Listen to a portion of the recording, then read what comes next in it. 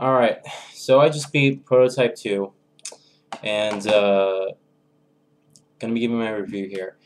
Now, uh, the first prototype, leading up to the release of the first prototype, I was one of those people that got really excited because Prototype was one of those games that was announced, but then just kept getting delayed constantly, and for a long time we didn't know if it was coming out. And when it came out and everything, it was, for me, a slight disappointment. The story was just really wasn't anything I cared for, and the graphics were really subpar. But the game was fun. It had fun gameplay.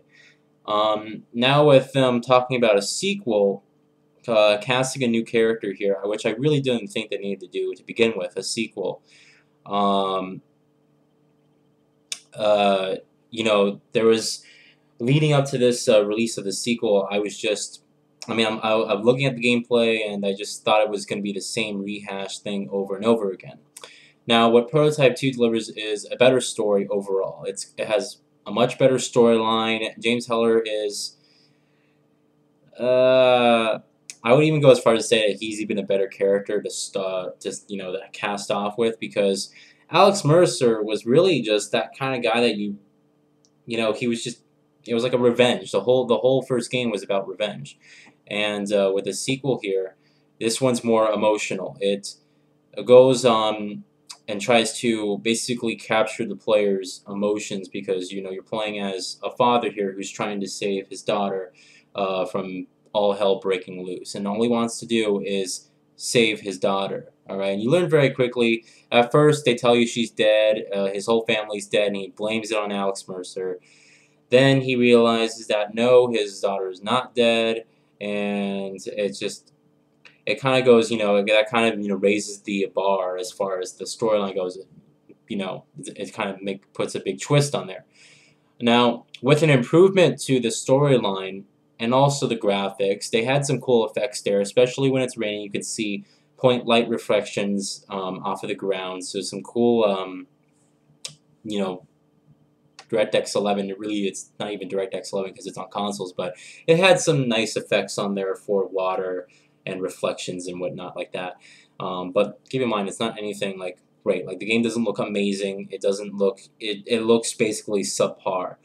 And the gameplay's improved a lot. You can now dodge attacks and sprint combos. Now you can actually attach two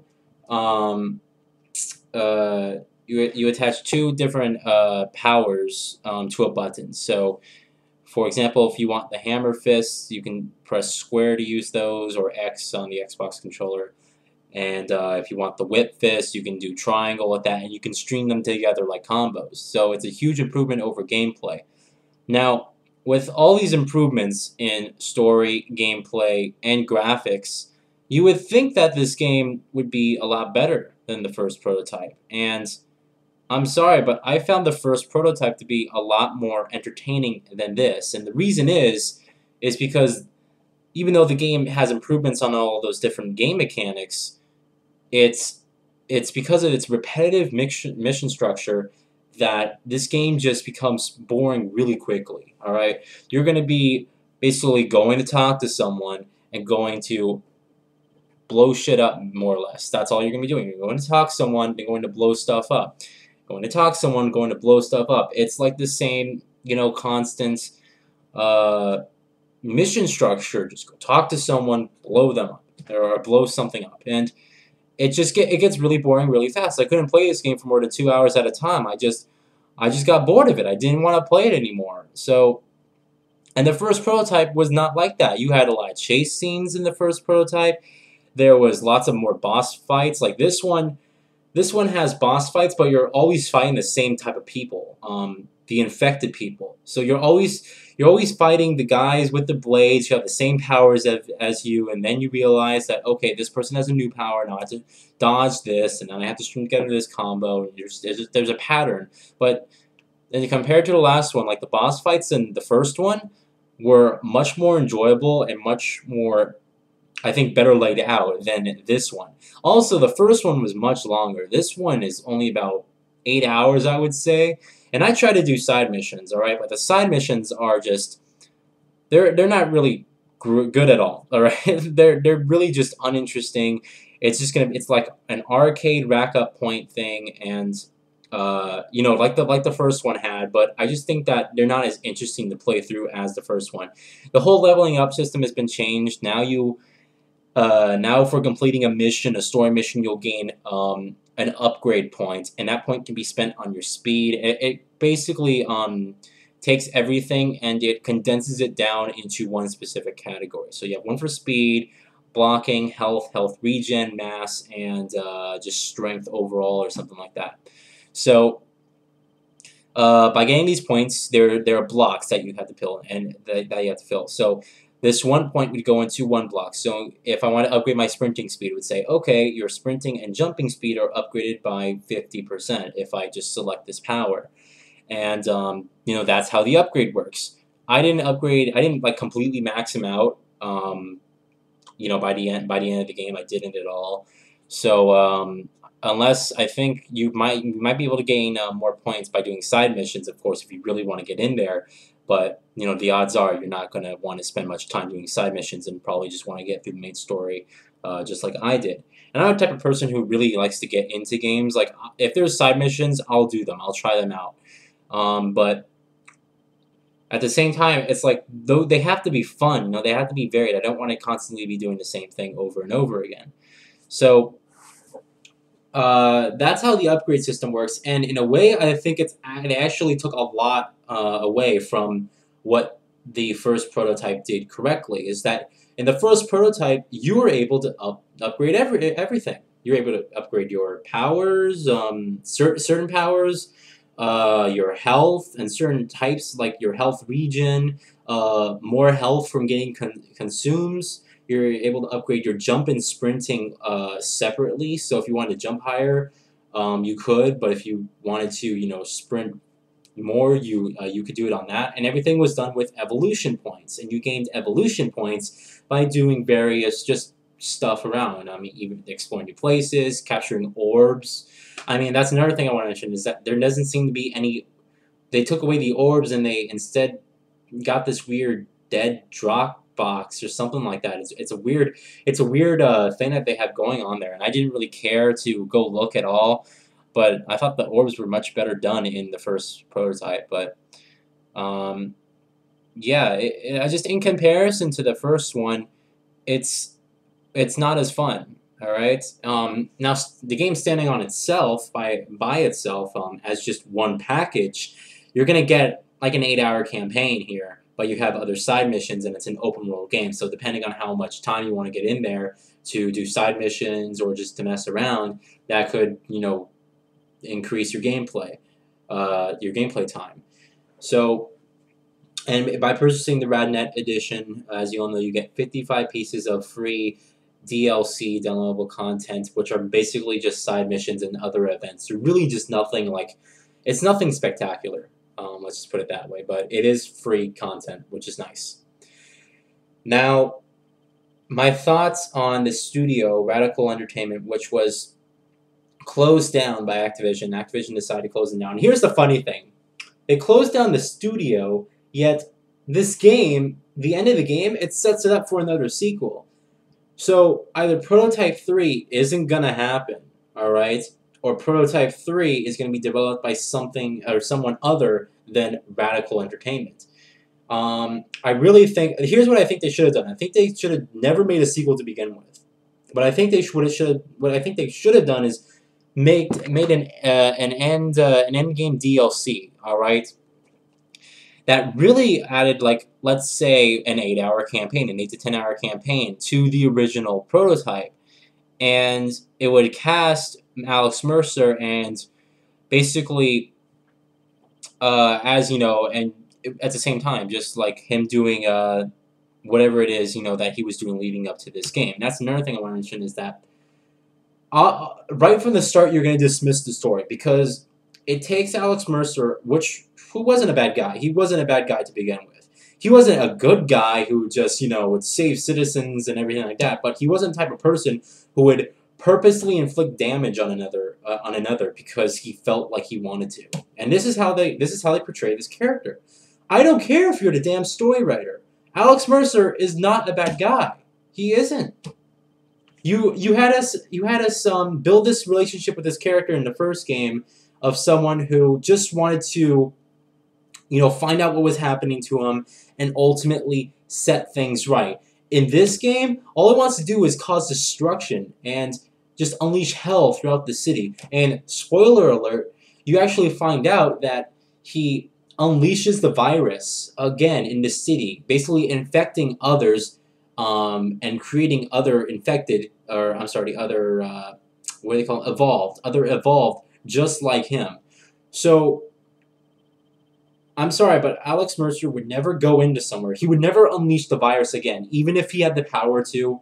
He would never just ultimately go in there and just spread the virus throughout the city. He wouldn't do that. He wouldn't create this big army that have the same powers as him and that can just destroy anything in his path. He wouldn't do that. You have this relationship that you built with Alex Mercer. Okay, the player when I played the original prototype, I didn't get the sense that I was a bad guy. I didn't, but I didn't get the sense that I was a hero either. And in this game, he is the villain, not the military. The military are people who are just, and it's just a corrupt organization that I can see that Alex Mercer wants to stop, but Alex Mercer is really the true villain here because he's the one who has control over the virus, over all the infected monsters, and over all the huge just outbreaks that are happening throughout the city. He has control over this, all right? Keep that in mind. Now, what he could have done is he could have completely stopped everything, all right?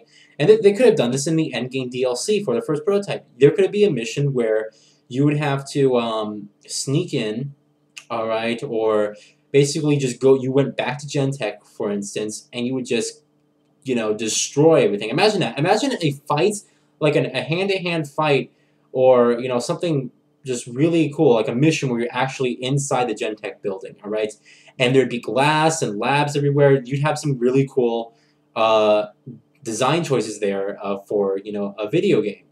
Now, they could have done that, and that would have been much more satisfying than creating this whole other game and portraying Alex Mercer as a bad guy. He isn't a bad guy. And anyone who played the first prototype didn't say, geez, this guy's an asshole. He would do anything just to get anything. He wouldn't do that. He wouldn't do that. And they have him do this in the game. In the beginning of the game, he's portrayed as a bad guy, and that would just kill innocence. He wouldn't do that. He wouldn't do it. I don't care if you're a damn story writer.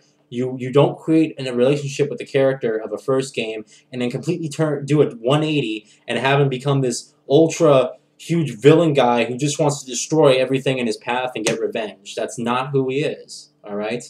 And the relationship between, and keep in mind that his sister, Dana, does make another appearance in this game. She's not bad at all. She actually doesn't know what's going on. She's kind of like, okay, Alex, you're kind of acting weird lately, and you're destroying everything, and why are you so pissed? She kind of has that personality.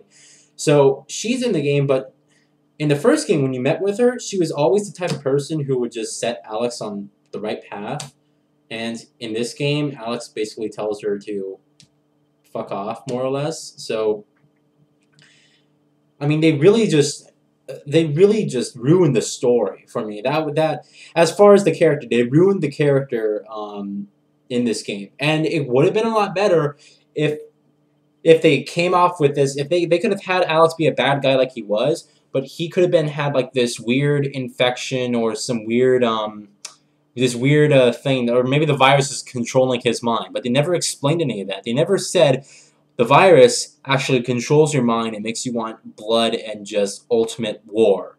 They never said the virus does that to you. They just said that it gives you, it gives, superhuman abilities and stuff like that. That's what the virus does. But they never came off saying, well, it'll make you messed up in the head. It doesn't do that. You could have done that. You could have done that, and that would have explained everything that Alex Mercer did. That would have created, that would have not destroyed the relationship that we had with the character. We would have felt sorry for Alex Mercer. And there could have been this really remorseful moments at the end of the game where you're actually kicking his ass, where he's actually saying, sorry, I didn't mean to do this, and to stop everything. And then you could have had, a huge big, huge blockbuster level where you're going to Gentech and then you're destroying it. That would have been much better ending. And because in this game, it's like, what do we do now? And then it's screen blacks out, credits start rolling. Great. Yet I had to spend $60 for a game that has to not complete itself, but then drag on the storyline, and then I had to spend another $60 on the game to have the storyline finished off. Yes.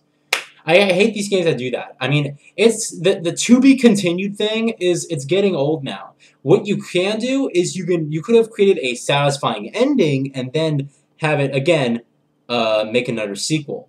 All right, but you didn't have to like a perfect ending would have just been okay. He destroys Alex Mercer, he has his family or he gets his kid back or whatever, and that's it. The end. Happy ending. And then you could have made a sequel instead of just doing that stupid voice thing. What do we do now? Black screen, credits rolling. You could have done something a lot more better, a lot better, and a lot more satisfying, in my opinion. You really could have, but you guys went for the to be continued thing. So anyway, what do I think of the second prototype? Excuse me. I think that it has a better story, it has better graphics, it has better gameplay, but it's not as fun as the first prototype. It doesn't provide a satisfactory ending like the first prototype did. Once I beat the first prototype, I was like, yeah, that's good. So, I'm going to give Prototype 2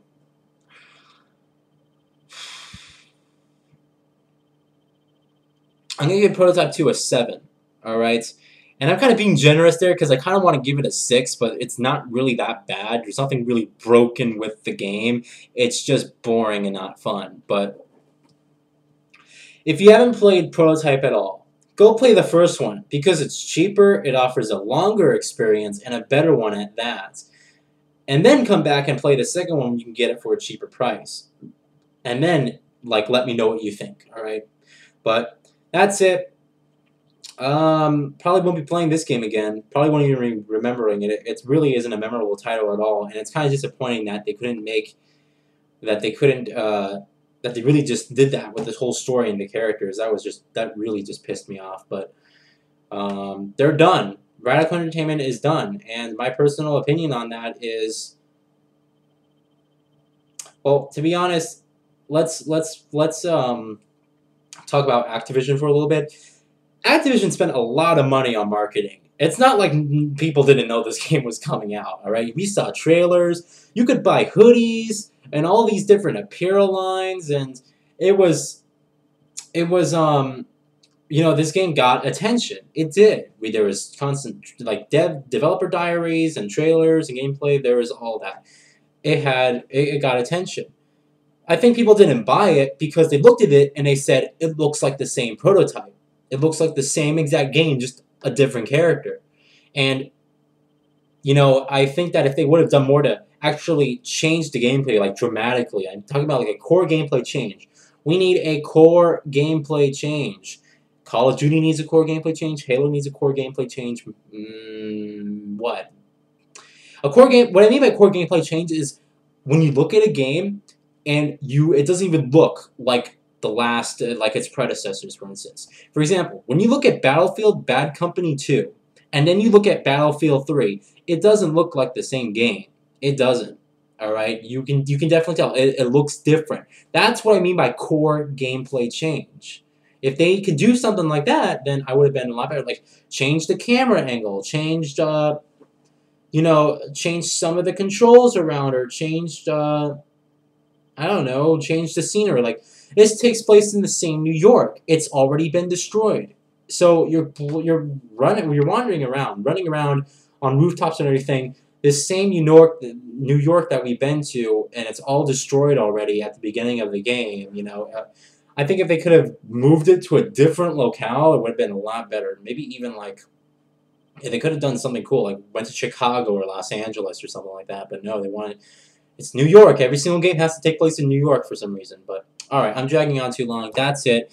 7 out of 10. First prototype's much more satisfying. and much more fun. That's it.